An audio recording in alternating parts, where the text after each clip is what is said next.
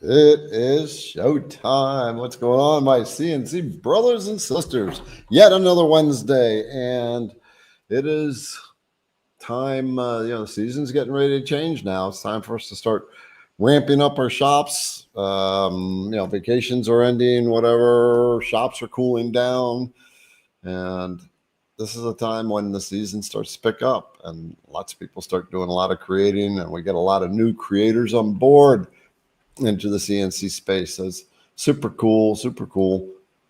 Let's see who we got here. Wayne and Greg from STL, Dennis, Ken, and Erickson Design, Mike, Ralph, Howard, Carrie, Mark, Lewis, Owen, Lonnie, Richard, Jetty, Carmine. What's going on, folks?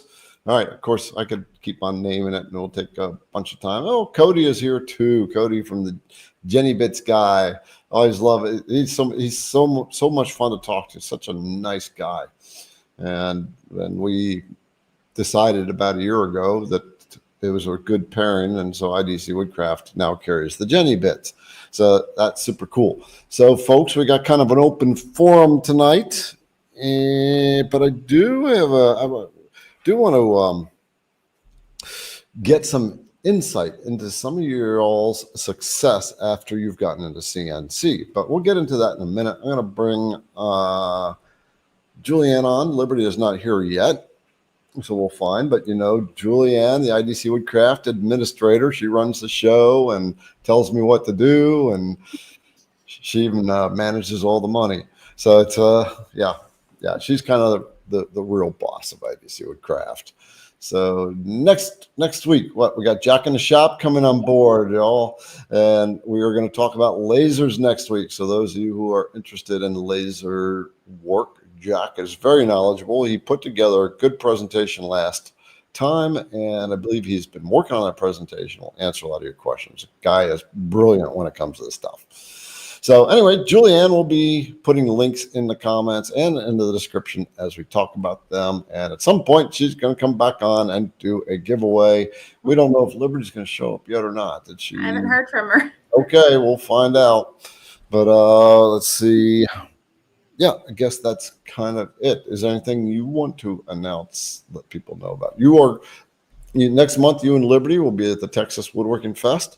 Yes, we will. Yep, I am cutting them loose, letting them do their thing, work their magic, and the folks here have been donating to your slush fund, your Texas Steak slush fund. So that's very cool. I think that's super cool that folks do that. They want you to have a good time down there. And it's definitely appreciated. For sure. Is there anybody on board that will be at the Texas Woodworking Fest? Make a comment. I'd like to know. And let's see. Okay, I was just reading that comment. You just started, so we'll pop that one up. Robert from Pennsylvania and David from Ohio. Albert, hello. All right.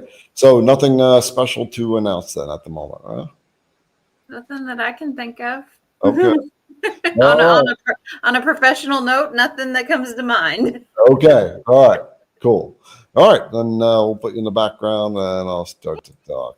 All right. So I've been, our sister Kate Tucker has been messaging me back and forth over the last few days. She is working on a super cool inlay, epoxy inlay project. And I think it has 13 different colors in it. So she's having to do multiple pours on that. Look at that. Cody has added to your slush fund, $20. Brother Cody, what's going on? So there you go, Julianne and Liberty, if she comes on board. So I have a question. First of all, Jeff from Windy City Smokers, you're on board. Jeff, do me a favor and send us an email with your email. If you're up to it, I'd like to bring you on board tonight to talk about your journey and get into the smoker business. And now what you've been saying in the comments, that what he shared last week, a brewery wants to buy 100 of his smokers, but they want to see a sample first. So I think that's very cool, the progression here. So Jeff, if you feel like coming on board, then by all means, send us your email, and Juliana will be watching for it. We'll send you a link to sign on here. All right. Okay, so here's the question I have for y'all. And I'd like to see this in the comments.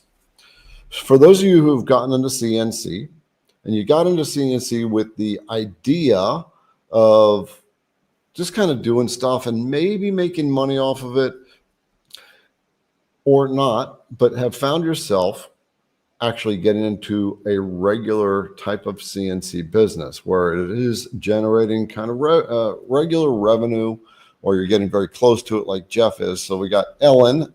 I don't know if she's on board tonight. Oh, she is? Okay. You know, Ellen is someone I talk about all the time, where she went to a funeral home, talked to somebody about a CNC, and ended up making very unique products on a regular basis. And so we got Jeff with the smokers. So yeah, I would love to see in the comments, Julianne, if you find comments there, then certainly make star those, because I'd like to know. Okay, so Jeff said he's going to email us. So once he gets all that taken care of, you come on board. Make sure your microphone, your camera works, and we'll get you in here and talk a little bit about your progress and how this has moved forward and what you have done.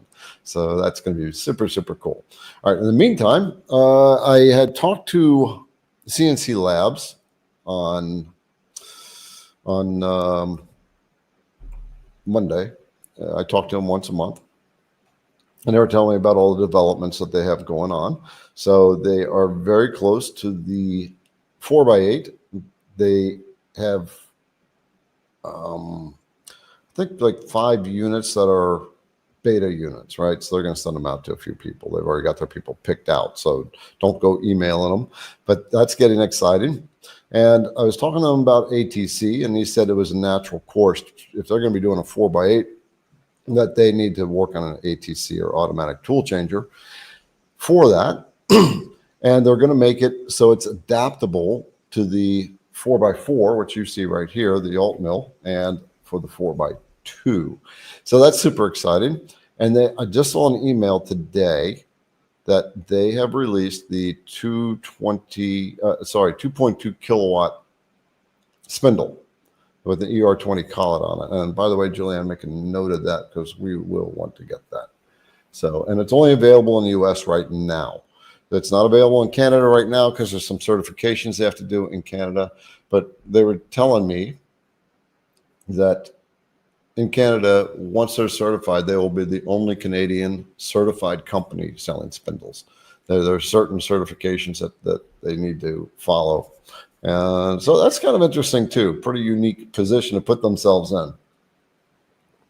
I told them they should start to develop a CNC lathe, like the hobby level, kind of like the alt mill level CNC lathe. That's not on their plate right now, but I don't find anything that's a decent price.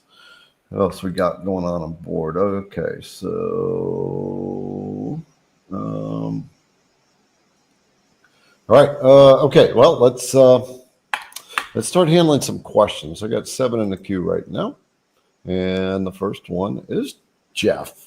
Jeff, who is going to be coming on board shortly. He said, "Hey, folks, great news." So he said the distillery. It's the last. I told you last. Well, I'll wait till he comes on board, then we'll handle this one. So I'm just going to pop him off that list. Thomas says, "Hi, Garrett and the ladies. I'm having a hard time with loading files to run my long mill. Do you have any video that may be helpful getting?" Oops, scroll that up a little bit. Getting around this problem. Okay, so I got to change my screen resolution. Trouble loading files on. So the video that is the circle and the square. If you're new to CNC, start here. That's a good one. The other one is the this is home sign project. And let me show you what we got there, because I did a video that walks you through how to do that, and you can also get the file for it. This one right here. So you have a file, instructions, a G code. So you can find this video as well. And it's your, like, the first real CNC project. So those are two that talk about how to do that. They actually walk you through that process. And if it doesn't work, there should be timestamps in the video, like down in the description. So you can go down to the section where it says, how to load a file or something like that. Otherwise, just scan through the video until you find it. And if you still have problems, then you can send us an email, see if we can help you out, or send an email to CNC Labs. But just remember to be very descriptive of what it seems to be doing and what it's not doing. And Gary Lynn has asked, since Liberty's not here, we can't handle this question. He said, okay, Liberty, spill the beans. What machine did you order and when do you get it? So Liberty is getting her own CNC. We are not ordering it yet because the space is a little bit delayed. The space that we're getting, the extra space, we're actually doubling our space. And that the landlord promised us that it would be ready by Friday, but we'll see. We'll see. And then we have to start getting it set up, and then Liberty has to order machines and yada, yada, yada. So, but I'll let Liberty answer that question when she either comes on tonight or shows up next week. And remember, Jack in the Shop is coming next week. SWDG. Any woodworking events in San Diego, California? Folks, if anybody knows of events in San Diego, California, one of the things you might want to look up is makerspaces. I'm almost certain you're going to find a makerspace in San Diego. And makerspace is basically what would you call it? It's just kind of a co-op, basically. Someone creates a space, they get a bunch of machines in, or a group of people. It actually would be an organization. And then people pay membership, and they pay a membership and then generally like an hourly fee to be able to use the machines. Makerspaces are pretty cool. So check that route, and anybody has comments on anything going on in San Diego, fire up. But I think you'll find more things like they happen in Las Vegas, Los Angeles. I'm not sure if there's something in Los Angeles. We got something up in Toronto, but I'm thinking about around you. Okay. Next question from our brother Wandering Star, Julianne and Liberty. So this is for the ladies. I have gotten a ticket for the Texas Woodworking Fest. Will IDC have a booth there, or are you two just going to stroll around greeting folks? I'll just bring you on board, Julianne. You can talk to him about that. So here's the deal with Texas Woodworking Festival. We are feeling it out. Liberty and I will be going this first year. IDC is actually a sponsor. So if you guys stop by the photo booth, you're going to see some IDC logo stuff going on there. But this year we will for sure just be kind of walking around, seeing what's what. And then since we're sponsoring this year, it gets our foot in the door to possibly have a booth for next year. So I'm not going to say yes that we are, but it's a maybe. Yeah. Yeah. So we don't want to set up booths until we're certain. Mm-hmm. We're certain about that stuff. So research. Yeah, but if you're there, Julianne is always like working. So I'm sure you send an email, say, I'm at the Woodworking Fest. Where are you guys at? And she'll track it down, but you'll see the ladies walking around. So, all right, cool. I'm excited for you guys to go. I think it's really cool just to send the team off there and me. I think it's going to be neat. Liberty's got some classes that she's going to do that first day, and then I've got a class that I'm actually going to do. So okay, all right, should be fun. Yep, the classes are fun to get into. I look for the business classes. not necessarily the when we were at the AWFS first time, Liberty took the epoxy class. Cool. Yeah, and I was in the Google class, learning about some new things about Google. So, yeah, need to know the business aspect of things. All right, we should put you in the background. There you go. So, Wandering Star. That now you know. All right, Cody Ellerman. So many questions. I just put together my alt mill 4x4, complete with IDC Woodcraft T-Tracks. Insert happy dance. There, it's got inserted. That's a good way to insert that. Why am I getting alarm 10 when Z is all the way up in all four corners? All right, so alarm 10 is an e-stop alarm. And what it's saying is the e-stop hasn't been engaged, but I'm sure that you have disengaged the e-stop. So probably what's going on is, and it shouldn't really do this, but maybe when you first fire it up, it's doing this, is get the, just on the Z, the little, what do you call that? That's a, the little screw thing that ties the motor to the screw coupler. Turn that so that the Z carriage is off the sensor, and then see if that alarm will reset. I've had once in a blue moon, it's like it's almost like it doesn't want to reset, and I've had to actually shut down my computer, disconnect, turn power off to everything, and then restart it, and it seemed to work. But that's what I would start off with. And the other, what I would also do is I would email, if that doesn't solve it, I would email CNC Labs, and they should be able to help you out there. Carl Jensen, have you ever done a video on nesting? If so, could you leave a link? I have not. Shoot. Guess that needs to get on my video list. You know what, Julian, I'm going to bring you on board because I'm going to walk over to the whiteboard real quick and write that down. So you can talk to folks in the meantime for the few seconds it's going to take me to write that down. I was writing the same thing down. That way, if we write it in two places, we'll have it done. Nesting. Nesting. I want to do a two-sided project. I got this new vacuum table and rotary, which I really want to do. But in order to do the vacuum table, I got to take my spoil board apart. And one of the things on my spoil board here, let's see, I'm going to bring up the camera. So when I put my spoil board together, I did learn something. And that's why I had worked on when you buy T-Tracks from IDC, whoops. So when you buy T-Tracks from IDC, there's a certain spacing you want. You want generally 4 to 6 inches. I put mine 8 inches apart, and that's actually a little too far apart. So I would, once I do that, then I'll be able to do the rotary. So I got to take into account the rotary and the vacuum table and how they're going to sit on there. So it's going to take a little bit of thought on that.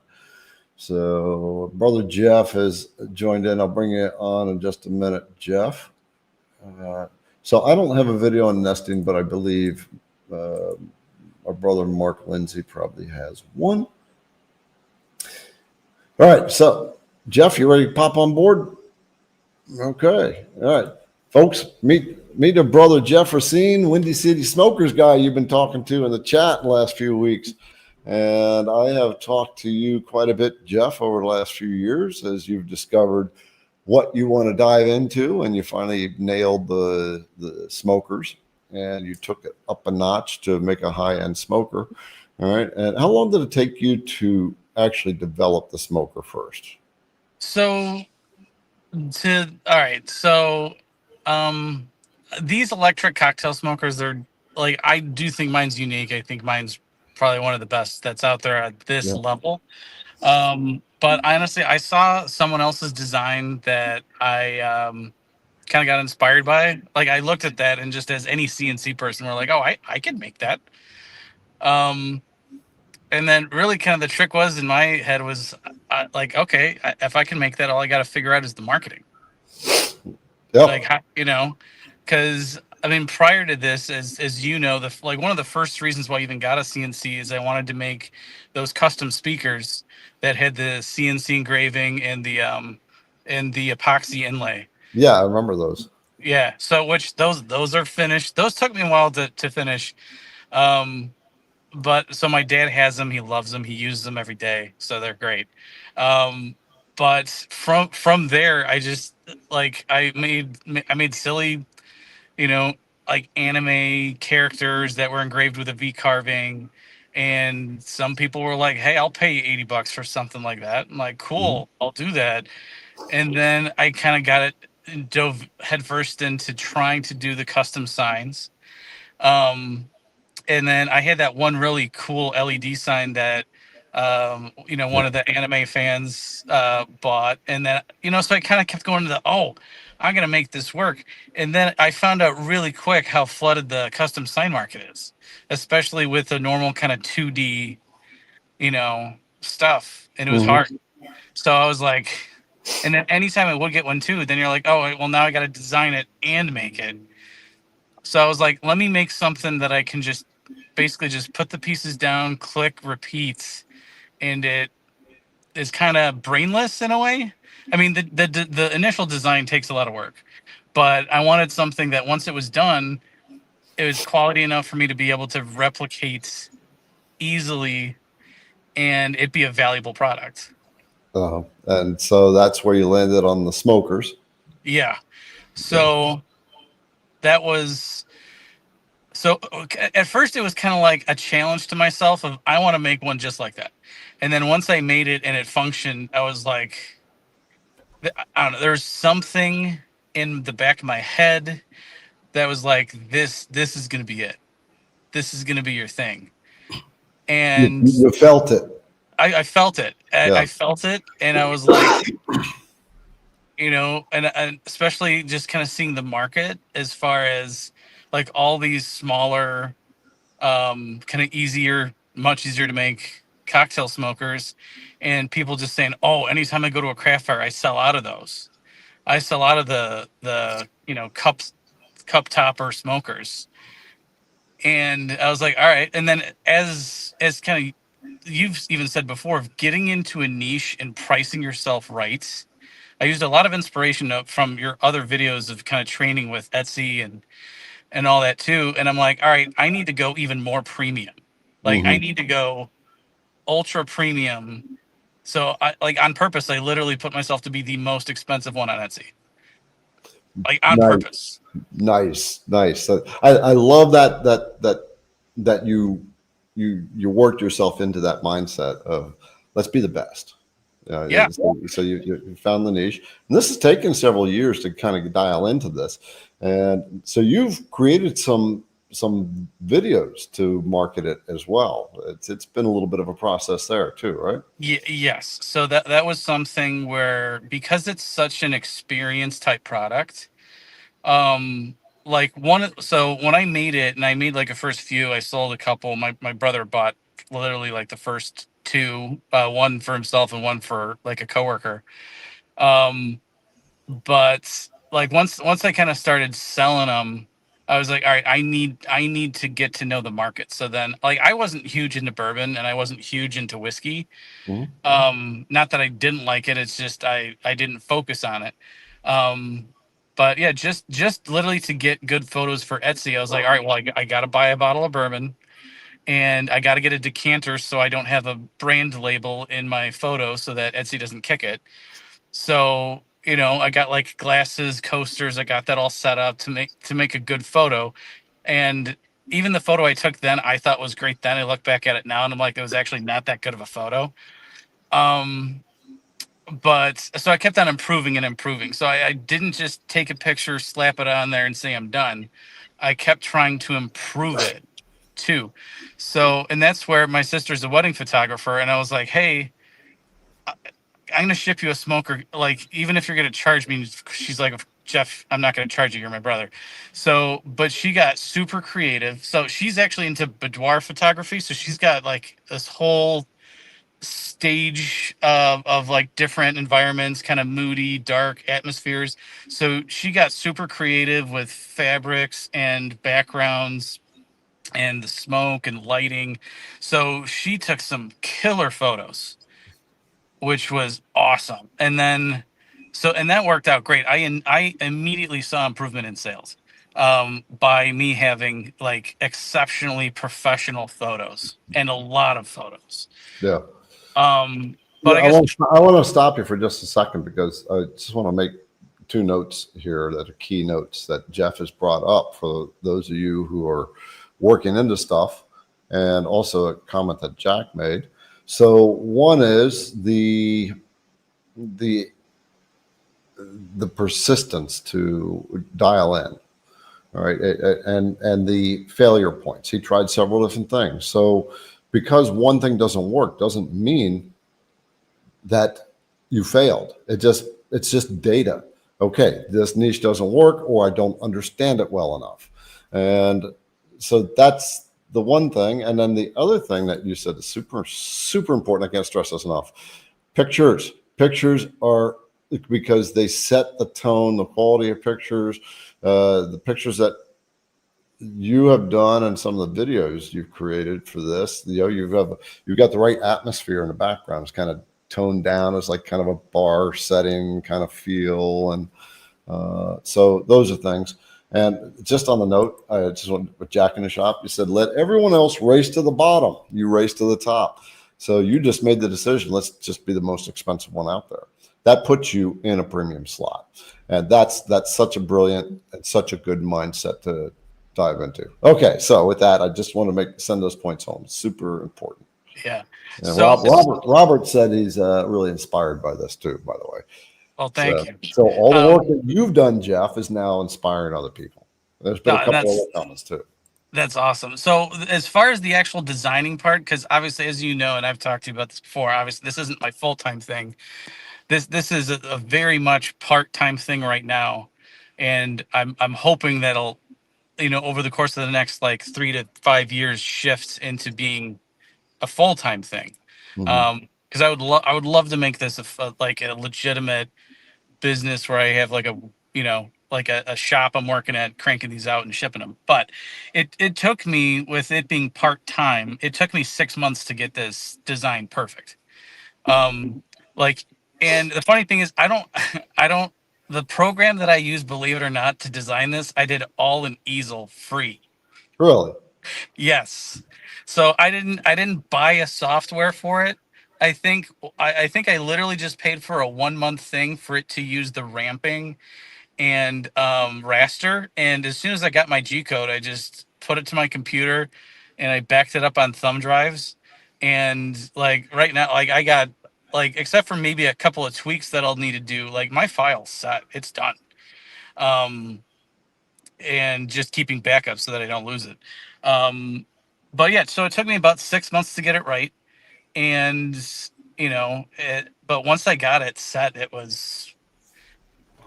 haven't had to make a change. It's been great. It's just maintaining my machine, making sure my backlash nuts aren't like crazy, have a crazy amount of slop. And you're doing this with the long mill. Mark 1. What's that? Yes, Mark 1. The older long mill. So Yep. Yeah, and that's that's not a very expensive machine. That's the not at all.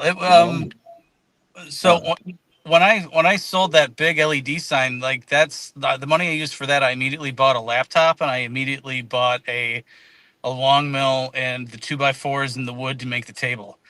And so after this, like again, I'm gonna send a sample. The guy's actually ordering one. I'm not giving it for free. He's ordering one, and I'm gonna ship it to him as quick as I can. And again, I'm sure they're gonna love it. Like it's like it's been wild what's happened with this. And one thing I'll have to add to this too is, like, I'm not doing this just on Etsy. Like Etsy, I would not have the orders that I have.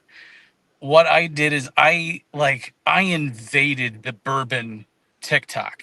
Like I got on TikTok and I started making videos. I got on lives. I pushed the requests to like get in their lives, and I I purposely weaseled my way in to get to the people that have big influence, have tons of followers. Like I sent free units to 4 different people that were huge in the social media bourbon cocktail kind of that space. And pretty much anytime they sent a video, the first one I got like 17 sales. There's this one dude had 2 million followers. I got like 30 sales within like a week from that, just of him showing it. And like, if anyone goes to my TikTok on my, I got one of my pinned videos. I have you on there with a couple of videos where I just kind of spliced on kind of you talking about how much you like my smoker. And then also all the other influencers that have reviewed it. I kind of spliced together this montage of reviews as content, and one of them is this guy named TJ. His business is called Bruzel, and like if anyone wants him to even mention their name, they're paying him 30 grand just to like collaborate. I sent him one, and he did it on a live stream on YouTube, and he talked about it for like 10 minutes, and he's like, I don't even know where you can buy this, and that was my mistake for not giving a C page. But he's like, I'm not getting paid for this. People send me smokers all the time. This one's the coolest I've ever been sent. So basically what you've done is you've just learned to grow a set of balls to get out there and push yourself out there. And folks, this just lets you know social media is a very important way to go. And you just zeroed in on TikTok, which is good. Don't try to cover it all at one time.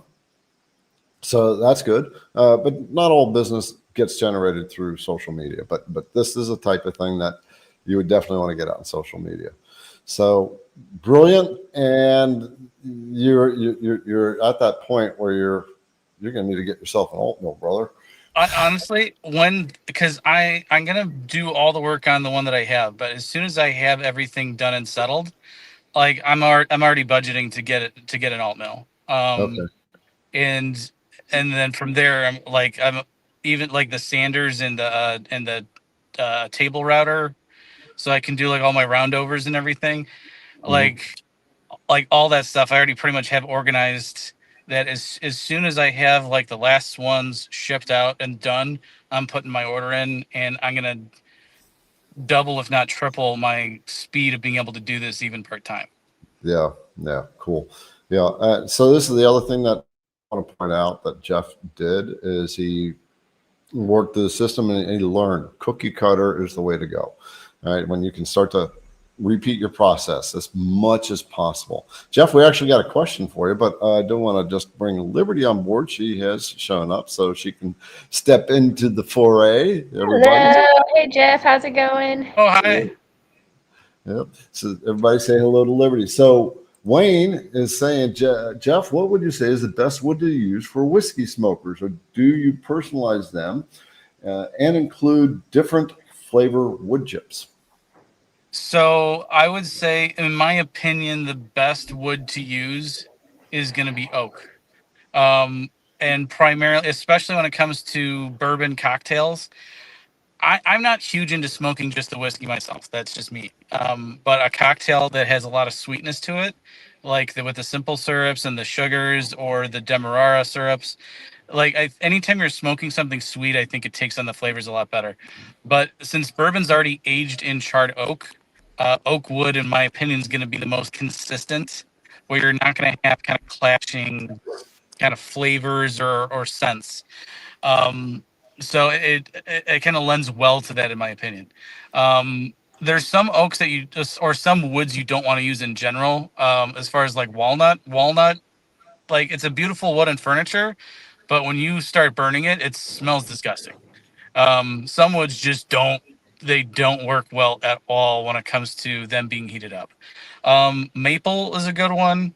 As far as like the wood to smoke with, I could easily see someone making a smoker out of it and it would look cool. I personally just use oak because everyone's thinking whiskey, they're thinking of the oak barrels. Mhm. So it's more of kind of a brand image thing. And also oak is going to be a wood that is really going to last a long time too, as far as it getting bumped around or something like that. So Yeah. So here's the other thing. Do you personalize them? oh yeah, I do. So I have I'm going to need to probably upgrade this too, but I have a X Tool D1 laser that I have on stilts, so it fits, and I have it basically a rig where I'm able to place it. It's centered, and yeah, I put a personalized logo on there. Like this distillery, which I'm not going to mention their name because it's not like totally done yet, but it's they're going to have different, they actually have different brands, and they're like, we want it personalized to the specific focus brands that we're going to be selling.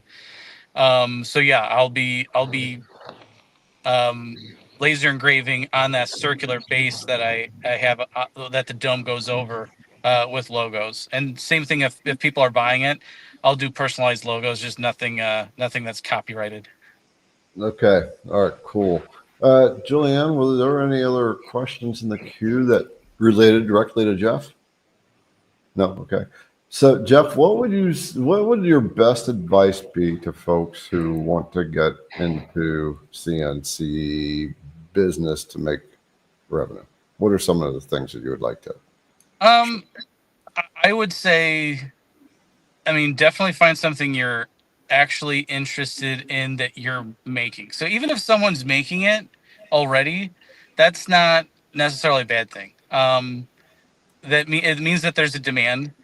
Um, it's I definitely think use your imagination. You know, make something wildly different, or something that's just super over the top that is cool to you, and it might just be a one-off. Oh, this is cool, but without experimenting, you're not going to find it. Without kind of taking those steps, you're never going to reach it. But there's also kind of a way to do it too. Like when I started off with a tiny, like 6-inch by 9-inch little tiny Chinese one that cost me $300. And ever since that initial purchase, everything I've purchased since then has all been from sales. I've never gotten into debt with any of this. So I literally took my little $300 investment for my dad's gift to now where I am, like this company, if it goes through, they're going to be dropping 20, like with taxes and shipping and everything, they're going to be dropping 22.5. That's nice. Now you're talking $22,500. $22,500 on, Right. on my products, and there's a lot of that's profit, and that's that. I mean, granted, it's my labor and time for probably the next 4 months, but that's what I'm going to be able to reinvest into myself, and get better, faster, stronger, more rigid. Like honestly, I can't wait to get the alt mill because it's going to reduce so much sanding, like so much, because it's going to be so much more rigid, and I'm not going to have to deal with deflection of a 1/8 inch bit when I'm cutting stuff out. Mhm. Yeah. Yep. But Okay. yeah, just be brave, step out into it, and like and especially and it's not just when it comes to sales, but it's about getting people's opinions. Like I purposely took the time and money to like, hey, I'm gonna give you this product. I want your honest feedback. Make a video. Like if you want to make a video, great. But like I I gave stuff out for free, and I just like, and if they said, "Oh, this is terrible. You need to make this better," I would. But I just happened to be more of a perfectionist myself, where it was great enough for them to be like, "How the heck did you make this? This is amazing." It's, I really like that concept. So it's one of the things I want to say is don't worry about competition. Worry about being a little different or a little better. Niche if you can. So you just niche in the whiskey smokers, and you it's a top thing, and you send out free ones, and that's giving you traction, and you engage. That's the challenge. We have to be disciplined in doing that kind of stuff. So that's Yeah. And then my videos too. Like, so I have put a little bit of focus on like creating my own commercials on TikTok and Instagram and Facebook, just to kind of keep pushing it out there, because you never know when someone in the industry is going to come across your video, like right now, yeah. and they're going to reach out to you and be like, hey, how much and how long is it going to take to make 100? Like, Yeah, and did they find it? What you should do is ask them, how did they find you? Did they find you, or do you know? oh, I know exactly how they found me. So, and part of it was just because of how interactive I've been on TikTok and people getting to know me personally. So this guy's like, he's basically like a vice president of like sales with this huge distillery. So, in fact, it's actually a company that owns several distilleries that are basically just the different brand names. But one of their ambassadors they hired recently, but before they hired him, he was just kind of a bourbon influencer that I had already communicated with. And someone else that he was really close friends with, I already gave a smoker to, and he did like 3 videos that got hundreds of thousands of views. And also because I always join their lives and kind of make comments and just interact with them consistently. It's like, so like their business is going to be a Kentucky Bourbon Festival, which is like coming early June. So 2 of the people I gave and they reviewed smokers to are actually going to be working their tent. Let us. Are you going to go to the Kentucky Bourbon Fest? Not this year, because tickets were like sold out immediately, and I don't have the time right now. But so I'd say, come on down. We'll meet up and meet up with you and have dinner with you. But as far as next year, I'm going to try as hard as I can to try to get a vendor tent, and I'm going to try to make like 50 smokers and try to sell out and take pre-orders down there. I don't know how expensive it is. I don't know how realistic it is, but it's on my to-do to take some PTO time from work, load up my minivan with as many smokers and fold up table and a tent and a logo banner, whatever, and just sell the heck out of my smokers. And then the same people that are going there now, like they're probably going to meet up and it'll be a lot of rubbing elbows.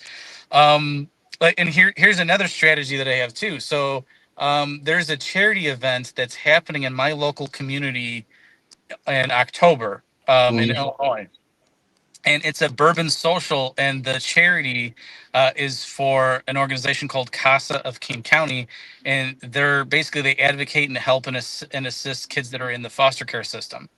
To basically, if they're in a bad foster care situation, trying to get them out or provide resources, food, clothing, things like that.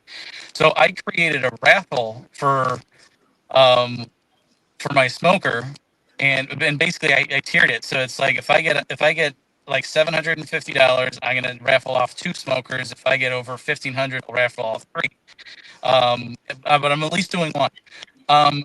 It's basically paying for my ticket, and not only is this distillery that's looking at ordering my smokers, but there's going to be major ones like Heaven Hill, like Buffalo Trace, like all these big, huge names, and it's going to be another opportunity for me to like get a T-shirt that's got my logo. I already got my hat with my logo,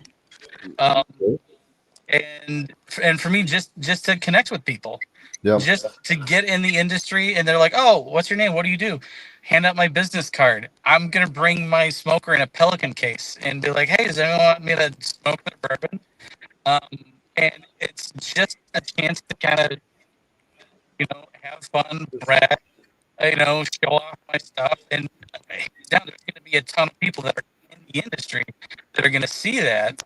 And then they're going to see this other distillery having them at either events, tents, or gifting them to like some big wigs or huge clients. And it's going to be talked about. Like like this is one that's a huge turning So basically, you're networking very hard, and you're making sure you're positioning yourself in the places you need to position yourself. So it's that's those other things. Business doesn't fall into your lap, especially if you want to make it very successful for yourself, folks. It doesn't fall into your lap. You have to be disciplined, trust the process. Doesn't mean you have to work super hard. But you do have to put in the extra time, especially if you're doing 9 to 5. You have to dedicate time to doing it, and that persistence will pay off. Jeff is. I'm looking forward to a year from now. All right. I was in my entrepreneurs group meeting today, and one of the things they said is, "What does your life look like 1 year from now?" And you write that stuff down. I accomplished X, Y, Z, and you literally write things down. Folks, it's not good enough to have a wish. It's as you write things down over and over, you're not only using your mind, you're putting it like putting mental energy in it. You're writing it down, and you're creating it that way. So the more you do stuff like that, write your goals, then the more likely it's going to happen. Just trust the process, and be patient. Jeff, I want to thank you for coming on and giving some of that insight. Just wanted to see, anybody have any more questions for Jeff? Let's see. Yeah, I appreciate you having me on too. And I literally just got out of work when you sent it, so I'm gonna be driving it home shortly. But yeah, I'll answer another few questions, but I do have to get going soon. Yeah, it's okay. There's no more questions sitting out there. So thanks for taking a minute, Jeff. And we'll see you back in the comments when out in the audience. If you're there, or if you got to go back to work, I'll talk to you later. All right, again, thanks for having me on, and yeah, that was great. Thank you. All right. Yep. And folks, if you try to message me through Facebook Messenger, I have issues with it. So if you've tried to do that in the past and haven't gotten a response, it's having issues with it for some reason on my phone. But if I can get on my computer and do it, then I can see it. Okay, so Liberty had to pop back out, but she'll be back. Okay, Cody, what do I set my VFD at? Why is home in the front right and not the back left? So you're talking about the alt mill. So you need to follow the instructions that CNC Labs has. Find the alt mill setup page, and we'll link that here. Make sure you follow all that, and that should tell you exactly what to do. And why is home in the front right and not the back left? You can set that in your G-Sender software. Let's see if I can bring that up and show you quickly. Share screen, we'll share, let's see, we'll share that there. Okay. All right. I believe if you go down to the lower left corner, you go to the config down at the bottom. You see my mouse going down, but your name's in the way. Hang on a second. Gotta get your name off there. Okay. So down on the lower left bottom where it says config, go there, and let's see if we can find that. Okay, so there's some buttons along the left, and there's one that says homing and limits. And I believe one of these settings, you can tell it exactly where you want the homing at. So I'm not going to dive in there too deep because it's going to take me a minute. Let's see. I'll try to find this for you. Homing limit. So where do you set the homing to the back left corner?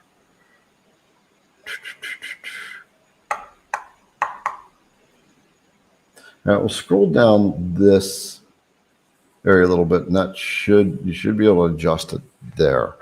And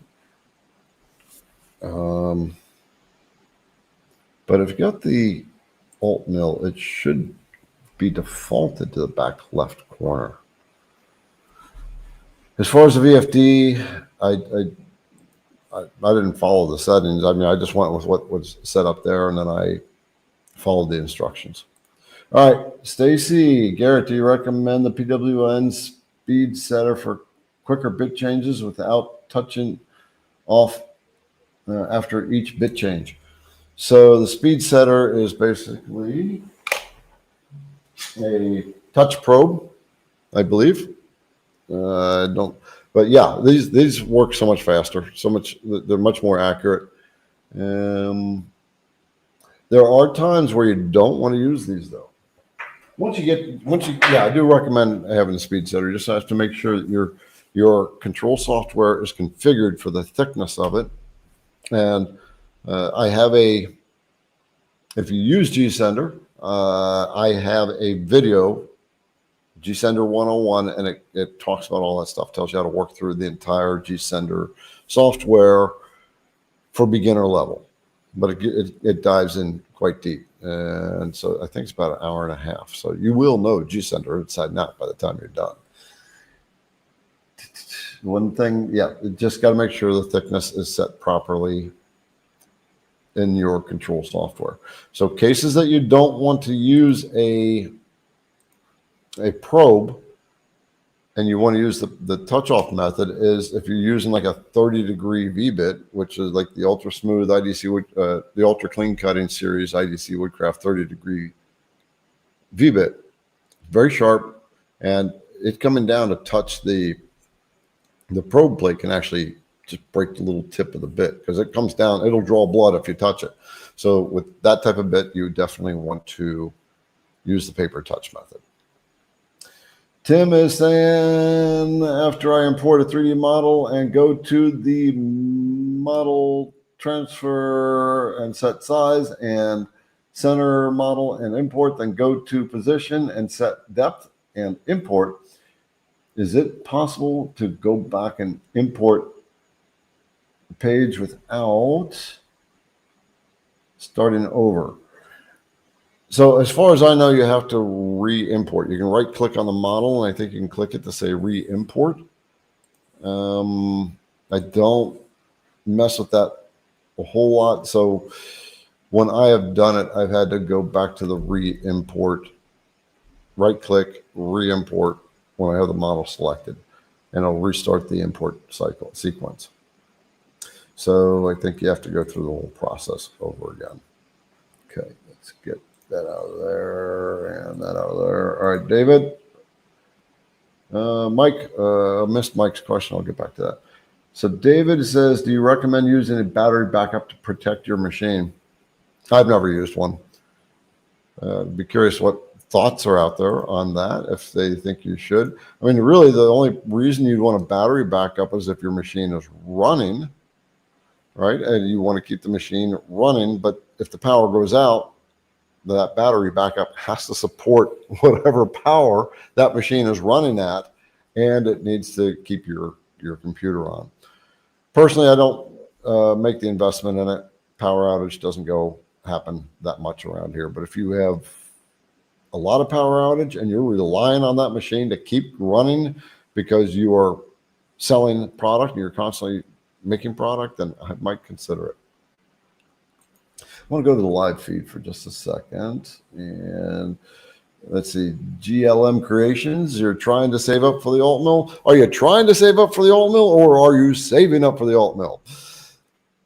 That's, yeah, we don't. So I say that because in business, you know, I work with a lot of business peers, not just in CNC, but being an entrepreneurs group. And one of the things they tell us, if you want a business, we don't use the word try. We either do or we don't. So we make a decision, we list out all the things we want, and then we have to pick out what we are going to do and what can be set out later. So just a little idea. So just save up the money for the alt mill. You're going to love the machine when you get it. And we got links in the description of the video for the alt mill, and I've got a deep dive review video on it as well. Okay, let's get back. Let's see what some of the other comments that are going on in there. I'm saving. All right. That's what I like. Okay. You corrected yourself. Very cool. Yeah. It's one of these things we just have to be definitive. If we want to accomplish something, there are words that I don't use in my language or very, very rarely use. And they are can't, might, maybe, someday, try, wish, hope. Right, because those are all non-committal words. And when we have that in our languaging, we're kind of telling our psychology, well, we may not get there. Maybe we can't do this or something. I said the word can't, but that's what we're telling ourselves when we say that. So the awareness of our languaging is important. So it's even like, impossible is another one. And someone said, well, you can't go to Mars. That's impossible, right? Can't and impossible. And my response is, it's not that it's impossible or it can't. The technology just isn't there yet, and they haven't situated in such a way where someone like me can go there. But if they had that, I certainly could. It's just not here yet. Maybe a little off in left field, but that's kind of the mindset there. Okay, Mike, could you show me start to finish loading your Memorial Day carve to Vectric Pro on the Great Seal of the U.S.? Okay, that's more of a video, but I will see if I can whip this out fairly quickly. So the Great Seal is a file. I don't have the model here, but Julianne will put a link to it. We actually have it available on the IDC Woodcraft website. It's a Great Seal of the United States. And so I'm going to share my screen. Let's get that screen, share. Okay, so we need to go to Vectric. And let's see, open up that file there. So the first thing I need to do is import the 3D file. So we're going to go to this icon here at the very upper left where it says import a component or 3D model. So now I'm going to go into my directory where I keep them in CNC models. And I think I have the Great Seal there. I have to find it actually because I might. There it is, Great Seal. And there is the model. We're going to click open. Let me get Julianne, can you minimize his comment, please? So there's the Great Seal. And I'll just zoom in. It's very detailed. So this is one where you want to use the ultrafine detail taper bullnose bit because of the level of detail in this model. Even cutting it at like 14, 15 inches, you need to use the ultrafine. Now, the bigger it is, the longer it's going to run. And with the ultrafine detail, it's going to run for quite a while. Mine ran for 9 hours. I did a 14-inch, 12-inch or 14-inch version. So I guess we're going to do a little bit of 3D model work. First of all, the model landed in center on the project. But if you want to center the model, there's a little button right here that says center the model. You can click that and it centered the model. And the orientation is proper, so I don't need to do anything else with the orientation. So we're going to position and import. So now we got the zero plane set in. I'm not going to worry about that right now. We'll just leave that at default. And we're going to import the model.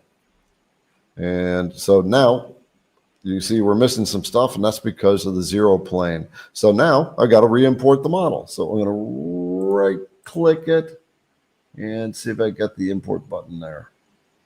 Where is that? I haven't done this in a little while. So looks like I'm going to go over to the little tab all the way over to the left.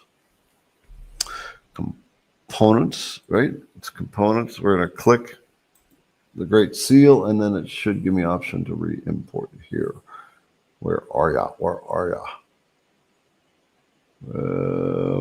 This one I wish Mark was here. He could buzz me through it much faster. Or Greg from STL. Okay, so what I'm going to do is I'm just going to delete it. And we are going to go re-import that. And I'm going to change the 0 plane. So we're going to click that. Wait for it to come in. We're going to center the model. We're going to position that. And I'm going to, the 0 plane is this little slider. I'm going to slide that little slider all the way down to the bottom. And that's going to move the 0 plane down to the bottom, and the entire model is going to come in. So you can see the detail in this project here. It's such a cool project. One of my proudest that I have done. So with that, we are going to go over to the toolpath section, and we are going to go to the roughing toolpath right there. Select this little roughing 3D. We're going to get a little information here, and it's not giving us any alerts or any alarms. It's telling us what our material thickness is, and the model is going to take up the entire thickness here. Oh no, there is an error there because the model is too thick. So I'm just going to change the thickness of the material and see if that fixes it. Okay, so I'm going to take a look at my model specs. So we're going to look at the model, double click that, and then we got these little beads right there. I want to see how thick the model is. It's 0.9372 thick. So we're going to come back into the material thickness. I got to set the material thickness. So the material will say 1.1. And still got an error. What's going on here? And I'm trying to troubleshoot as we move along. And so I'm going to cancel that. I'm going to just thin the model down a minute. I'm trying to buzz through this quick, and that's not enabling me to troubleshoot this. So 0.75 thickness for the model. So what I'm doing is I change the entire thickness of the model right here by clicking that. When I click it, it gives me the thickness of the model. I just typed in 0.75, and when I enter that, the model thickness is just changed to 0.75. And let's see what's going on. Maybe my material? No, we got plenty of material there. Okay, so we're going to just go into the roughing toolpath again. Okay, there we go. So it was model thickness based on the material. And so we see this box right here. That was all brown. So what that's telling me is the model is thicker than the material. But now I've got a little bit of brown on top, and that brown is going to be cut away. So we're going to click OK. And then we select the boundaries that we want. So we can click the model boundary. So the model boundary is the outer boundary of the seal itself. And I'm just going to select a bit. So we're going to use I would use the Beast on this, or maybe even the Badger. But in this case, you probably don't need to use this first roughing pass. But we'll stay with the Slayer. The Slayer is a 3/8 inch roughing end mill. I've had some guys email me that have picked that up, and they're running on their machine, and I've run it here on some of the 3D projects, and that 3/8 inch Slayer works awesome on the alt mill. It works amazing. So I do recommend it if you have the alt mill. So we're going to select our strategy as the 3D raster, which is this guy right here. And then we're just going to create the toolpath, run the toolpath, or preview all toolpaths. And that's what it's going to look like right there. Then we're going to close that and go to the other, right up there in the toolpath. We're going to use the 3D finish and the taper ball nose. The screen is a little bit small for me. So, okay, it's got the TBN. I can't tell if that's the ultrafine, but we're going to roll with that and do model boundary again. And I'm going to go with the settings of the machine that are already there. And what's it doing? Why am I not seeing the buttons? Oh, because I got this little guy right there. Okay, calculate that out. It's going to take a minute or two to calculate it.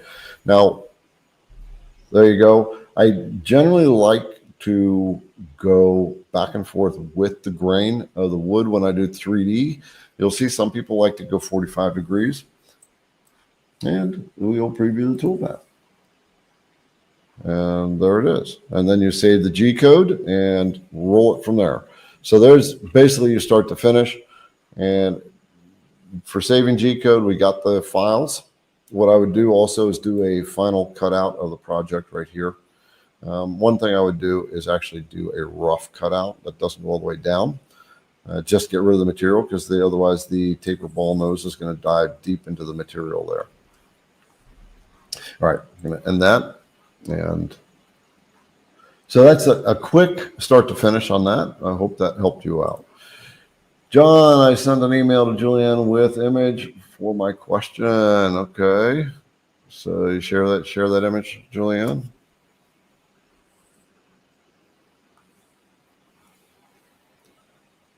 In the meantime, Two Towers saying spindle question. What is a carbon brush and how do you know when they need changed? So carbon brush is, I got it mounted on the machine right there, but on motors, you'll see the two little screws, like plastic screw caps that are in the motors. Well, those screw caps are holding what they call armature brushes, right? And these brushes are basically the metal, the power contact to the armature. And so those brushes, they actually run against a spinning component in the motor. And you know when they need to be changed when the motor starts running a little bit rough, but everything else seems to be fine on it. Like you can spin the spindle and it just seems to be fine, but it just starts to run. It sounds like it's kind of grinding, but not really grinding. And it's not putting out the power. That's when you know the brush is going bad and you need to replace them. You'll lose your torque. It doesn't have as good a contact. Okay. All right. So. Hold on and let me pull his question up real quick. Okay. There we go. Here's his question. All right. How do I prevent blowout when cutting on the outer edge of my board? So can you zoom in a little bit on that? Okay. Oh, hold on. My That's computer's okay. a little faster. There we go. That's okay. All right. So,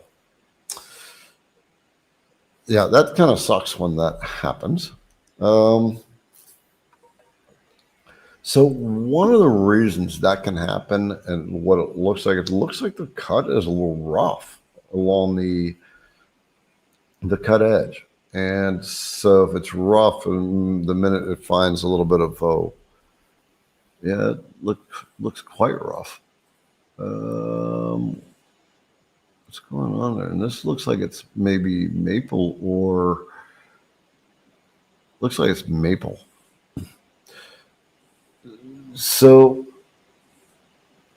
part of this is from the router bit. It's coming in.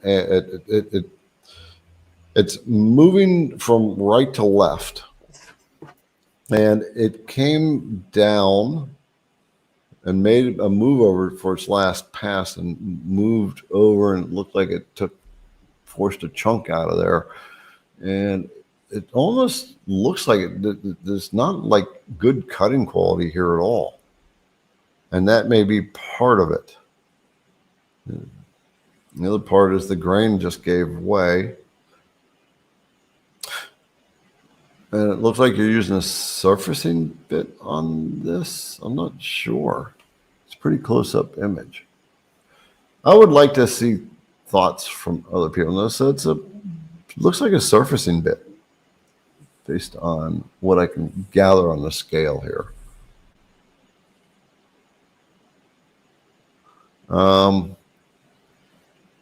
You might want to do rough cut first on this because it looks like the depth you're taking out.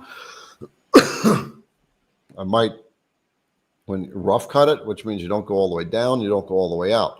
And when you rough cut it, you're cross cutting back and forth. And that might save some of that, but I would check the bit itself. The bit looks like it may be cutting dull. What are your thoughts out there, folks? I'd really like to know it. Looks like we've got, yeah, bowl bit. Tear out, looks like bowl bit. Tear out from the grain. Looks like a bull bit. Okay. Mhm. Okay. I guess it does look like a bull bit there. Maybe going too deep then on the first cut. I don't know. I'll have to ask you more about that. Do me a favor. Send Julianne a plunge cut first. Yeah. Bull bit was used. Okay. Bit or feed or speed. Yep. A lower feed or speed could be causing that. But John, it's not enough information for me to be able to tell. Do me a favor, take a couple more pictures, send it to us, send your phone number, and they'll send me a message tomorrow, and I'll give you a call tomorrow. So I'm going to take a look at it. I want to talk to you a little bit more about what you're doing. All right, thanks. Liberty, come on board, sister. I'll just pop you in. All right, she got it. She got it. Got a busy evening going on, huh? You're muted. Okay. So Wayne, does IBC have tramming bars for sale in stock yet? Tramming bars are an issue. So like Jeff talked before, you want a good quality one. We did some design work, sent out for quotes, and what they're quoting is way above what we can make right now. So either I got way too high. It's just priced way too high. It's priced out of the market basically. So actually, it's something to readdress, Julianne. Maybe I can send me a message tomorrow to take out the thing at the end of the tramming bar for the test indicator. I'll know what I'm talking about. So right now, no, we don't. We got to get this solved. Tramming bars are a gimme. Liberty, we got to get it taken care of. Enough people have been asking about it. I got a video about a tramming bar. I mean, that video, I said we will have it in stock, and we haven't had it in stock. Yeah. So. All right, Mighty Wickard. Any general thoughts on what might cause an intermittent issue where a pocket cut might have random holes at the bottom of the cut, like a wormhole straight in, no dragging seam? So it's almost like it's coming over, I'm assuming, and the bit's going down too far. So how would you take this question, Liberty? How would you interpret that? Their cut might have random holes. So like a wormhole straight in. So first of all, someone just has, like, is it actually a wormhole would be my question. Yeah, I ran into some wormholes recently that you actually couldn't see from, like, I mean, I'm sure you could have seen it from somewhere, but like you could not see the depth of what these wormholes were from the pieces that I got until I was carving into them and running into issues and having to carve it away, essentially. Yeah, these are real wormholes, or real holes that are caused by bugs. As far as the bit plunging in, would it be a tightness issue, like a collet issue? Yeah, this sounds like a mechanical issue. Could it be a tramming issue? I don't think so. If he's getting like a little circle hole. Happens on MDF2. Ellen says look for stray vectors. Is it happening like with all of your files or just a particular file? Yeah. That would be a good thing to look at. That's a good point, stray vectors. I've never seen that. Well, we did see it on the one that Terry brought us. Remember, he had the stripes. One way it would cut, and then the next way it would cut too deep. Might be check all your. Wasn't that a tramming issue? A what? Wasn't that a tramming issue though? I'm not sure what that issue was. I don't think, no, that wasn't a tramming issue because it literally was stepped up, stepped down, stepped up, stepped down. Check and make sure all the components on your machine are really tight, and the flex on the machine too. If your machine is not rigid, like if you have a Bob CNC, it's like the E4 and E3s, those aren't very rigid machines, and you can get a lot of flex. So you have to turn things way down on those machines. So those are some thoughts, and let's see if anybody's made comments on that. Robert says, sounds like the material. Look for stray vectors. But he already said it's happening on multiple different materials. Okay. So it's I don't see definitely it being definitely a machine issue. One of the things to take into account. So I've got that one video that's the science of down bits, and it's an aspect where people they're cutting it out around lettering and stuff like that, and a down bit creates down force when it's cutting. I'm sorry, it creates an up force because it's corkscrewing up like that, and so it's pushing the bits down or the chips down. And when it's making a big broad cut, like the 80% step over, 40% step over, there's a bit of upward force. The bit is actually trying to be pushed upward. Plus, it does not have a bottom cutting edge on it. So when it's doing that, it's actually cutting. It can actually cause a little pressure between the wood and the bit, and can compress the wood a little bit, just slightly. And then when it comes down around the letters and does that finished cut around the letters, it's a little deeper. And that's because there's not nearly as much force, the upward force from the corkscrew on the bit. So if you're using the down bit, down cutter, that may be part of it. And what I would suggest on that is don't go full depth for first time around. But even on MDF, that's MDF. I've seen on MDF and what have you too. So I do suggest you watch that video because it's interesting science behind understanding how little nuances happen with a CNC bit, with the down bits. Right. All right, Liberty, you can take over the questions. Go. I'll do my best. I might have to keep cutting out for sneezing and coughing and all that craziness. Okay. Well, I can handle it. I'm dying to double catch. I'm dying to double catch. This is why we need you to read this up. Okay, I'm doing a double catch all tray, and my question is there a way to set each one of a quarter inch of each from each edge? I was told to do a quarter-inch offset inward. Hope this makes sense to you. Thank you. Double catch all tray, and this question is there a way to set each one a quarter inch? There's a couple ways you can do an offset on that. So I will go back into Vectric. And did I stop that share screen? I did, didn't I? Okay.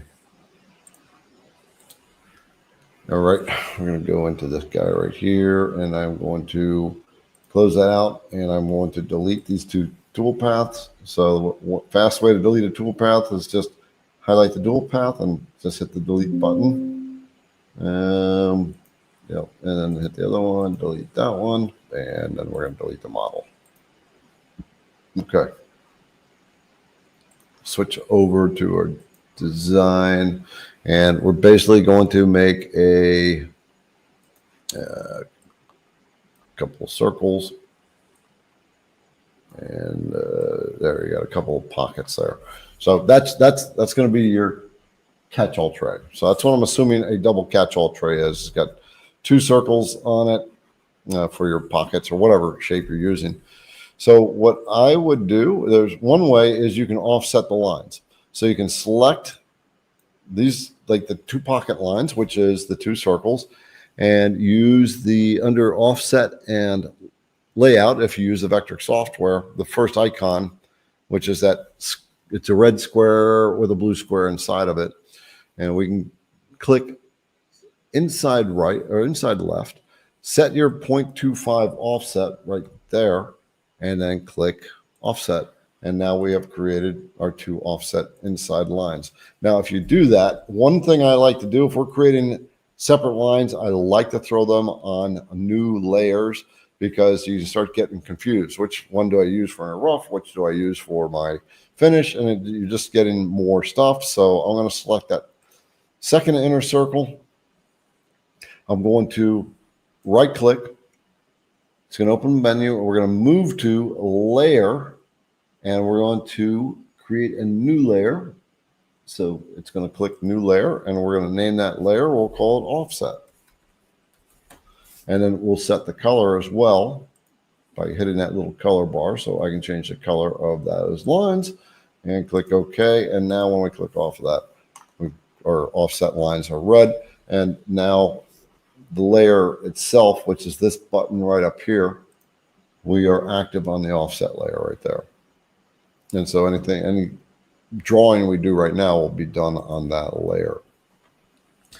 The 1/4 inch offset seems a little heavy for me when you're doing a tray.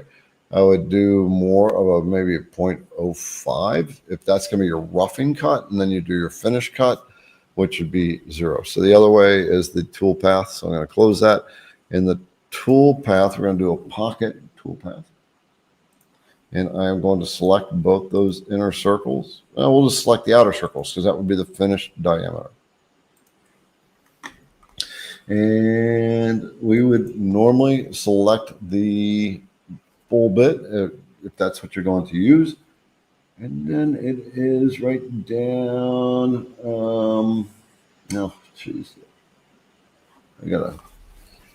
My screen is so small for me right now with my eyes. It's really a challenge to see. Where is that thing? I got to do where's it at, Liberty? Using the offset. You were right on it. It's right there.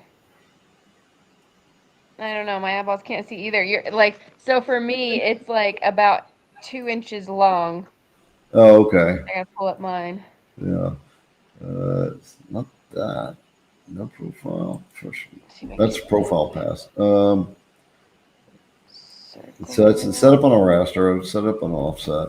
And position allowance. There it is.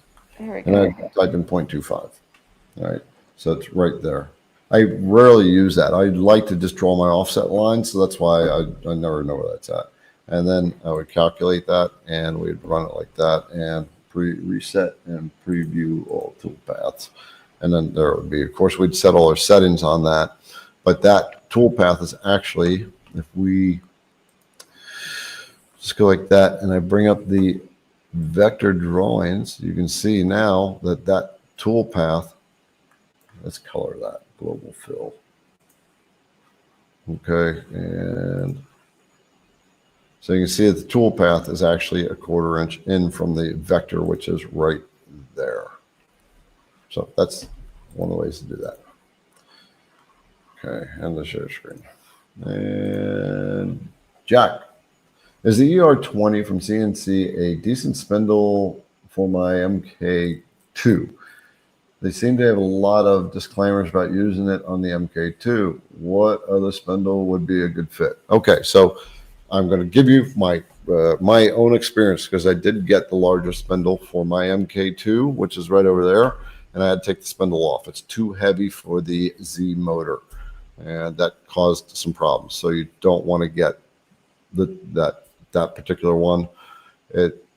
There's not enough power going to the motors to drive it too, so you'll run into problems. It kept diving. What's that? It kept diving because of the weight. Yeah. So don't go follow their advice, right? They're the experts on it. They're suggesting against it. I'm going to suggest against it too. I learned the hard way. So I had to take the spindle off of there, and I actually want to upgrade this from the 1.5 to the 2.2 kilowatt because I found on the alt mill there's 3 factors for weak points. There's the bit, the ability to bit to handle the pressure. There's the machine power behind the motors, and then there's the spindle power. And the spindle power is like the weak point on the alt mill.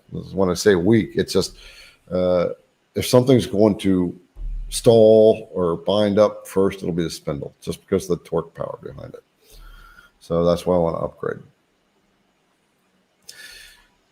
When is he's asked ahead a question for Jeff, but let's see if we can answer this. It says, do you think I am at a disadvantage selling whiskey smokers because I don't drink? Haven't for 38 years, but it's because it's bad news for me. LOL. Wayne, you know, for business, like Jeff, he tried several things and it just clicked for him. The whiskey smokers was the thing to land on. And so that's what he went after. But you don't have to be a drinker to make whiskey smokers, right? Because a lot of the whiskey smokers out there, they're pretty basic. A lot of people make them and they sell them. They sell like hotcakes all over the place. Not everybody who sells the crazy cat lady signs are a crazy cat lady, but they know they've got a market for crazy cat lady signs, so they make them. Yep. If you've got your market, you could make it. Yep. The idea is, Wayne, try something and see if it works. And if it doesn't work, it doesn't, like, plug into your heart, try something else until you get it. Like for quite a few years, I was very avid in my Jeep. And I knew what to make for the Jeep if I had a CNC. Right? I'm not as much of a Jeeper anymore. Like, it's not the passion for me. I still love my Jeep.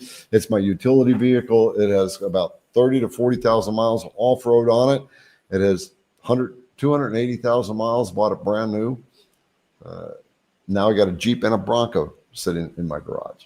The Jeep is still here. Natural live edge. G-Sender, is there a way to capture current coordinates to a file? I don't think so. Oh. Okay, I see what you're saying. Yeah. One of the things you can do if you want to capture coordinates where you're at is you can do change work offset, go to like a G59. So here's something you might want to do. If you want to just capture these. I love work offsets. Or like the job offsets on G-Sender. Yeah. Yeah, work offsets, Liberty uses them all the time. So I'm going to go over to G-Sender. So let's say I'm going to send the machine to its XY position. Oops. Why did one? Probably because my XY position is set that stop for some reason. And it doesn't want to reset. Okay. Hey, when it does a weird thing like that when it okay, here we go. Okay, I'm gonna send it home first. And then we're going to move it out of the way a little bit. And I'm going to set my XY0, XYZ. So you can see that little router bit there is now at that position. And let's say we maybe have moved it somewhere and we want to preserve that position. Whatever position, for whatever reason, in the upper right corner of the visualizer screen, which is a big black screen, it says workspace. And you see G54 right there. So that's a work offset. When it finishes a program, it always defaults to G54. And all programs will run G54 unless you specify otherwise.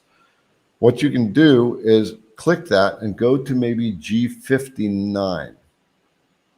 And so first of all, let's go back to G54.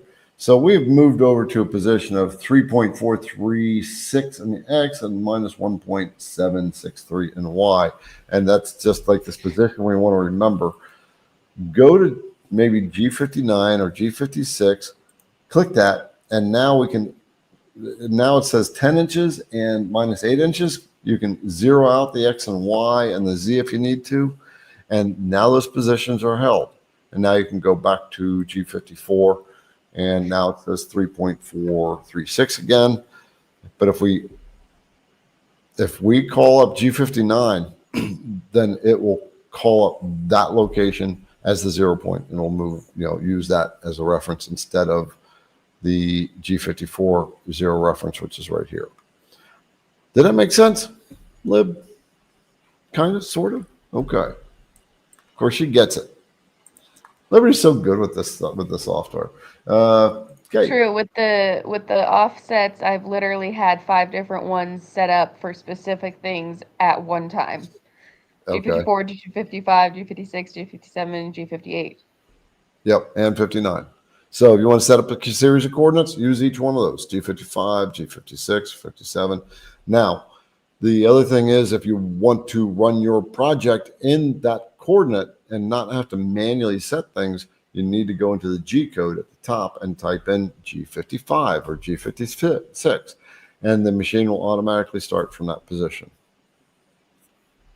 So to edit a G code, let's see if I can find a G code, and I'll try to edit one.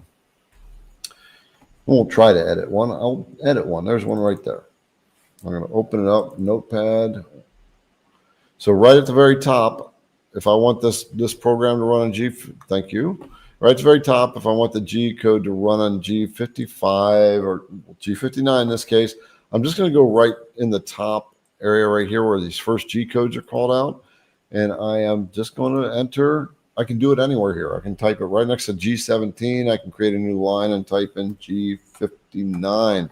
And then you save the file. And then it'll have that when you run the file, it'll automatically call up G59 position in the software, and you'll be ready to rock and roll.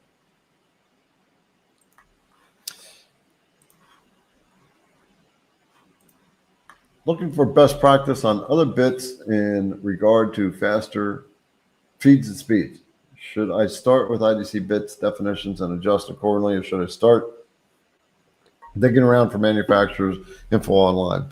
The best thing to do is they should provide that information, but you can use the IDC Woodcraft as a start. So the IDC Woodcraft database, everything's conservative, so you can work up from there. So any other bit that you get, you can basically start with that and then work it up from there. It's a good question. I had that one before.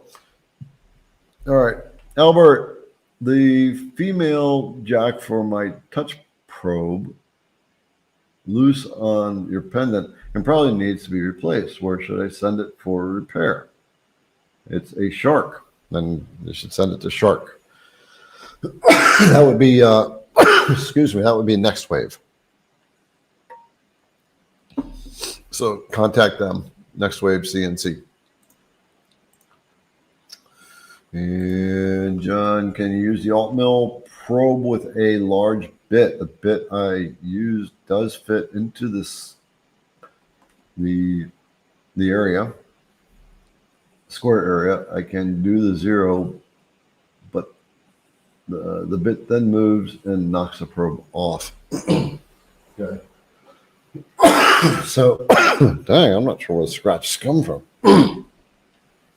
So, John, you're using this one right here. So, I believe you're using the auto probe, the auto touch plate. That one scares me. It does it? Because it's so tiny. Yeah, it is. But it's so big. Yeah. So with this one, you want to default your software to this one. It's moving because it's knocking it off. It shouldn't, if the bit is too big, as long as the bit can fit through this channel right there, it shouldn't be an issue. So in the G-Sender software, you want to go down to config and go to probe, and you want the touch plate type, which is right here. So you want to click this drop down right there and use the auto 0, select the auto 0, and then it will, when I click that and apply that setting and go back to the software, you can see now in the little image in the lower right, it has the auto 0 plate in there now. So I'm going to go back and I want to fix that back because I don't want to forget that I set that. So touch plate type. I like to use the standard most of the time. Next time, Liberty, I'll show you how to use it. It is nice. It's good for V-bits because it touches off on 4 points. Yeah, you're gonna have to run me through that one. I mean, I'm sure I could run it by myself. I've seen it in enough videos, but like, it's just so intimidating. Okay, how do you check to be sure the gantry rails are level front to back and left to right? How do you make sure the gantry rails are level back and left to right? So the machine should basically assemble Do it for you. like that. Yeah. Yeah. Because the components themselves are made to be level with each other. Mhm. It's what you have to look at is like your table and stuff like that. You're attaching it to. Yeah. So some of the things. So let's say you're using the long mill, right? So the long mill, it can be floppy, and so you can. Or what I do with the long mill is I did a bit of leveling to make sure things were good there. It's been a while with the long mill. Yeah, that's a good question. So I believe I took, if you're talking about something like the long mill, one where you have to put the Y rails down, they're kind of independent. When it's disassembled, it's kind of like that. Set of calipers and measure like the top of the rail down on all four corners. And you want to build your table, the supporting table, so it's as flat as it possibly can be. And then you possibly do some shimming, but I didn't have to do that with the long mill. Tim, I right click on the model and don't see any re-import tab. Yeah. So I didn't see a re-import tab either. So just had to go and delete it and re-import it. I'll have to look into it and practice with it. I know there's a button in there that's re-import. Is Mark still on board? No. I haven't seen him. Greg's on board. Greg just left. Oh, darn. Okay. And Matthew said you may need to tram your machine. We gotta get that tramming bar. Doggone it. All right, Jack. Let's talk to Jack about it. We'll send the drawing to Jack and see what Jack can do. Jack, not this Jack here. Jack Painter. I installed the new G sender. When I connect the CNC, I get error 2. Bad number format. No files are imported. How do I fix? Older version works great. Error 2. Bad number format.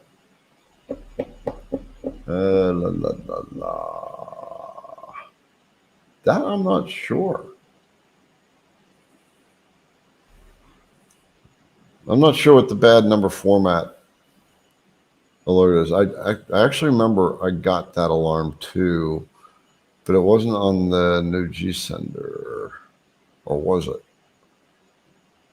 I don't remember. I would suggest you email CNC Labs, but in the meantime, use the other G sender, and you can re-download the other G sender from the website. Haddenhawk. Let's see. I have your IDC TBN2 tool data. There's no 2 listed, only degrees and tip size. Bit is no other markings. So it's going to be in the IDC Woodcraft database, that information, but there's a barcode on it. All right. So scan the barcode. That's going to take you back to the product. Bless you, Liberty. Bless you. Almost called her Brittany. Okay. So scan the barcode on the bit. It's going to take you to the product itself. And scroll down where it says feeds and speeds, and it's going to feeds and specs, whatever. And it's going to have all the information there. So it's a 10-degree bit, the TBN2. So it's 10 degrees from the center to like a half angle. We're just about to release a 6-degree. So 6-degree, basically like a TBN1 and TBN2 are fine and ultra fine. We've got those and they're good to go. So it's just some stuff I've confirmed it, and now we just have to get our inventory up. So the long one. So for those who want to do the A little bit deeper 3D carving and stuff. yeah, and for the what do you call it? The rotary. Yes. Okay. Last question. Screaming go to finally have my alt mill put together. Then tomorrow I'll be attempt at wrapping up with a square trimming and surfacing. Any tips to complete this successfully? Yes. I'm hoping that you have this. If not, we will get it to you. We'll create a link for this. Get the alt mill surfacing program. All right, I've got this. You can use the surfacing stuff in the G-Sender software, but I don't necessarily like the way it works. So I know this works. So I've got instructions. I got G-code for you. The design file. And let's see what else we got. We got the squaring, and let me find it. Julianne will have it before I got it. So I got the break-in and squareness checking right there. So whenever I do this stuff, I put these things together in instructions, give you G codes, tell you what to do, how to check things. And what's the last one? And then the grid. All right, then you want to do the grid as well. What do you think about? You think you should cut a grid on this machine when he finally gets there? Yeah. 100%. Listen, like, even if you don't go to the full idea of using the grid for, like, being able to set your project as the spoil board size, because, like, I'm trying to do that, but it's a little bit of an adjustment to, like, get yourself to do that.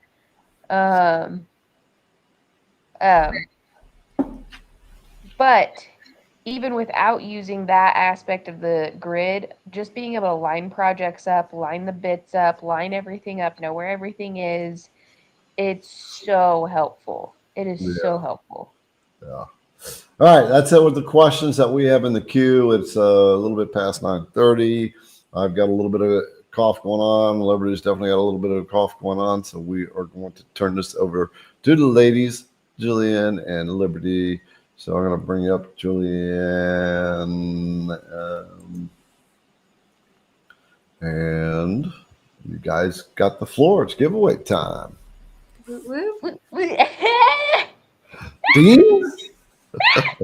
Yeah, because there was multiple times where I saw questions about Liberty spilling the beans. Oh, okay. That's right.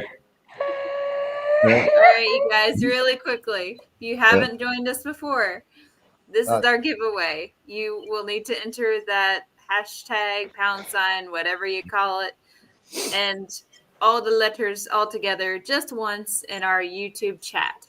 This will enter you to win. Tonight, we're giving away one of our surfacing bits.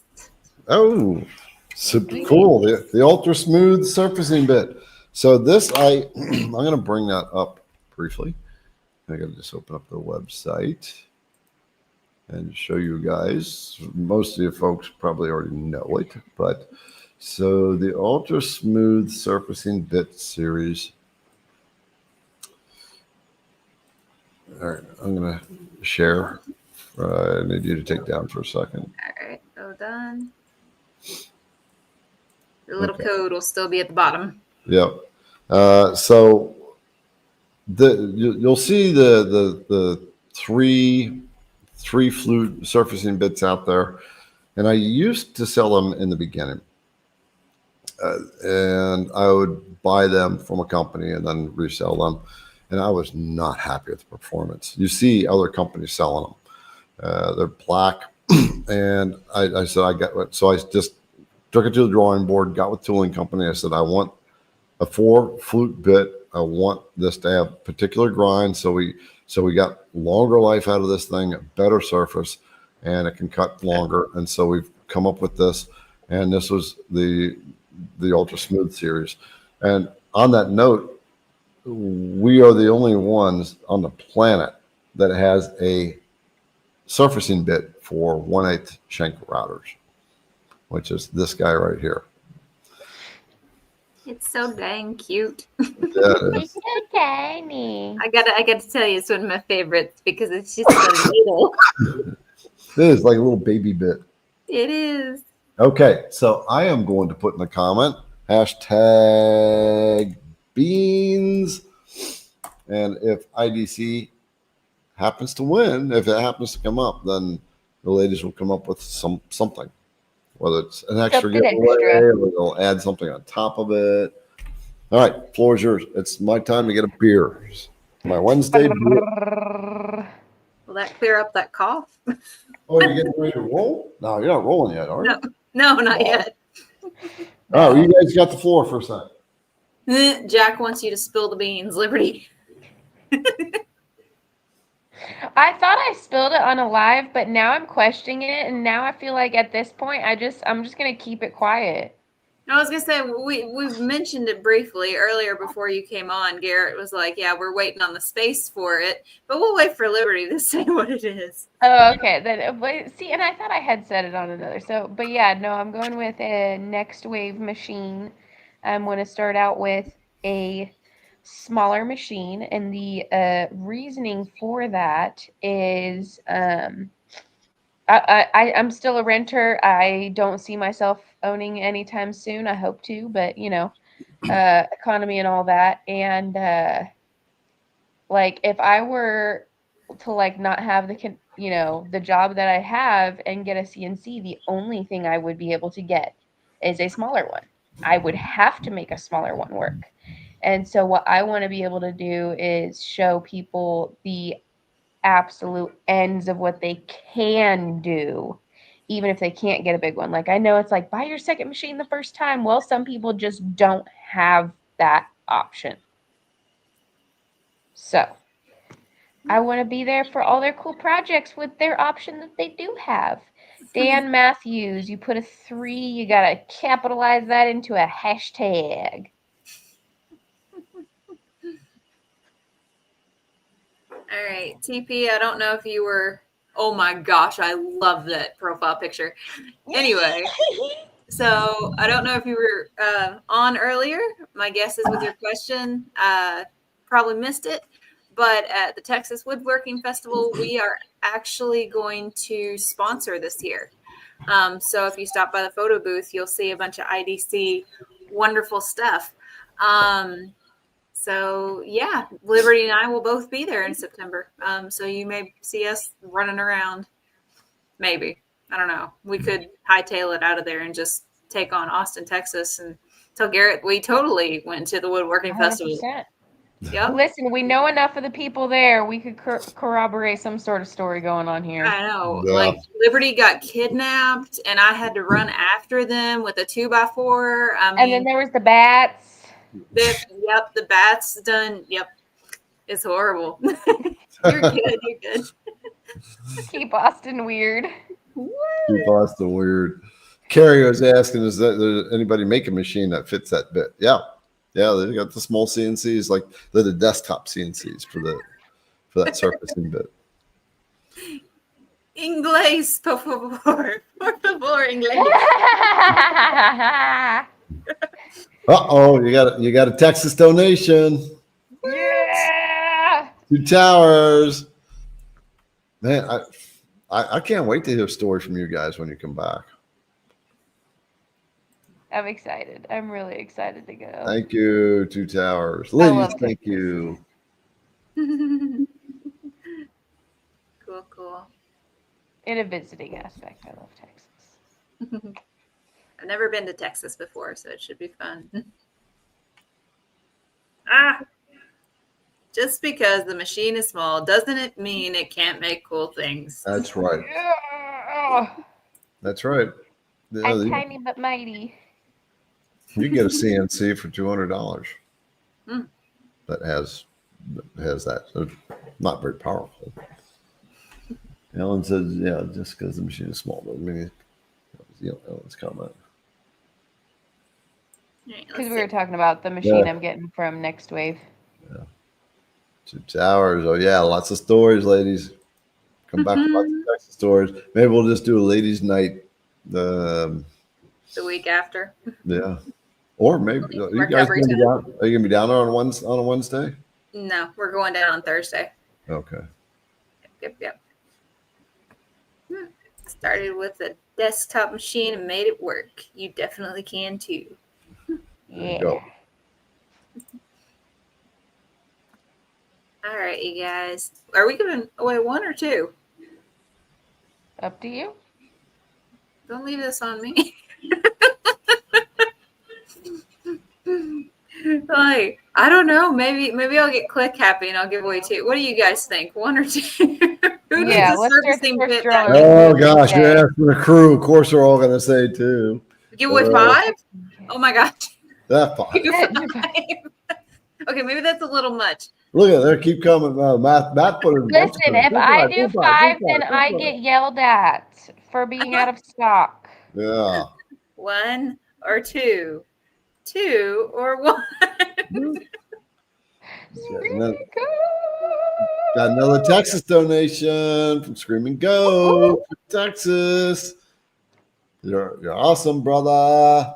Or I don't know if it's a brother or sister. Screaming Go. Thank you. The car or the bean? Pintos. All right, let's roll them. All right, you guys. All right. Let's do this. Kick it. Let's give away 2. Yeah, Carrie's two's kind of tradition. Always All right. 2. Got 143 people entered. When we do this first roll, if you have some last minute entries, we can still get you. So let's do it. Yeah, I was going to bring that up. I better get a job. You guys keep giving away bits. Yes, right. Bruce. Yes. Yeah. Okay, here we go. That's what I'm afraid of. Okay, let's do it. Da-da-da. I do want to see IDC win some points just so we can have some. Frank Stephenson. Frank got himself a surfacing bit. The Ultra Smooth. Very cool. I've been using the same Ultra Smooth for a year now. Congratulations, Frank. Super cool. Hold on. Yeah, even in comments, people are going, "Congrats, Frank," and he said, "Thanks." You're All right. welcome. Still got 1 more to go. All right, let's roll it. Hold on. I have so many tabs open. I honestly do not know which one I'm clicking when I'm clicking it. All right. Next one. All right.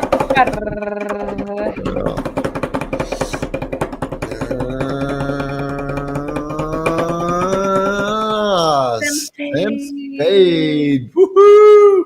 Nice. That's cool. Cool Woohoo. handle there. And he Congratulations. asked a question earlier, I believe. Do it. Right. I believe they asked a question earlier. Okay. What? Yeah. Okay. And I'm sure you guys have heard it a million times. Head on over to idcwoodcraft.com, preferably tonight or tomorrow, just so I make sure that I see it. And go to the contact us page and put in Wednesday winner. And your name, your address, contact info. You did Oh, now. you just did. And everyone, you have now. You can. Yep. Now you can say, "I've won something." Congratulations. Yep. I say we'll get those sent out to you tomorrow as soon as I get your contact info. Okay.